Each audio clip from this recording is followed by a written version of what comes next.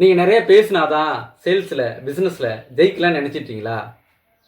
வாய்ப்பு இல்லை ராஜா, வாய்ப்பே இல்லை ராஜா. நான் உங்கள் ஆதிநாராயணன், சேல்ஸ் கோச். பிஸ்னஸில் இருந்தாலும் சரி, சேல்ஸில் இருந்தாலும் பேச்சு நிறைய குறைச்சிக்கிட்டு நிறைய கேட்க கற்றுக்கங்க. ஏன்னா பிஸ்னஸில் ஜெயித்தவங்க, சேல்ஸில் ஜெயித்தவங்கெல்லாம் நல்ல லிசனராக இருக்கிற கேட்குறதுல இருக்காங்க. பிஸ்னஸில் 80-20 ரூல்ஸ்னு ஒரு ரூலே இருக்குங்க. அது சேல்ஸுக்கும் பொருந்தும். சேல்ஸில் 80-20 ரூல்னு ஒன்று இருக்குது. அதில் 80% கஸ்டமர் பேசுகிறத நீங்கள் நிறைய லிசன் பண்ணுங்கள். ரொம்ப 20% முடிஞ்சால் அது கம்மியாகவே நீங்கள் பேசுங்க. 20% நீங்கள் பேசினா போதும். 20% பேசினா போதுமா? ஆமாம் சார், 20% பேசினா போதும். 10% அவங்கள்ட்ட ப்ரோபிங்கிற கொஸ்டின்ஸ் கேளுங்க. சார் உங்களுக்கு என்ன சார் பிரச்சனை? நீங்கள் என்ன காரணத்துக்காக அந்த பொருள் வாங்குறீங்க? உங்கள் தேவைகள் என்ன? உங்களுடைய லட்சியங்கள் என்ன? அந்த மாதிரி அவங்கள்ட்ட கேள்விகள் கேளுங்க. இந்த கேள்விகளுக்கு அவங்க பதில் சொல்கிற வரைக்கும் நீங்கள் பொறுமையாக லிசன் பண்ணி நிறைய கேளுங்க.